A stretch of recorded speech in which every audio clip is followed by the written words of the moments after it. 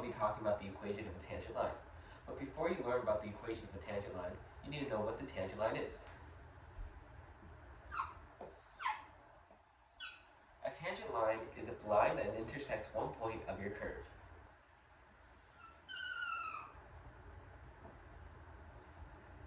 For example, these are your tangent lines. Now, there are two things you need to know in order to find your tangent line. The first thing you need to know is the equation of your original function, and the second thing you need to know is the point of your original function, which you're trying to find the tangent line. Because every tangent line is different with different points on the curve. Here we have an example. We have the practice problem. Find the equation of the tangent line at point 3, 4 from the function f of x equals 2x squared. Right here we have a rough sketch of what the graph would look like. It's just a parabola, and when we go to point 3, 4, we're trying to find the line that intersects the equation of the line that intersects it at just that one point. So first we need to find the slope, equation for the slope of the tangent line. There's two ways we can do this, but you have to derive. First, we can do the limit of f of x as delta x approaches 0 equals f of x plus delta x minus f of x over delta x. Now we plug in our function into the equation, and we're left with f of x equals 2x squared plus f of x, 4x delta x plus 2 delta x minus 2x squared.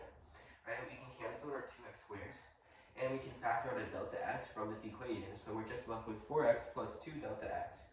But we're trying to find the limit as delta x approaches 0, so you plug in 0 for delta x, and you're just left with 4x. Or you can do the power rule.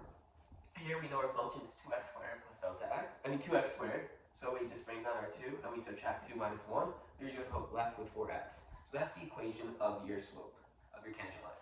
Now that we have our equation for our slope of the tangent line, we now just need to find the slope. So we're trying to find it at the x point 3.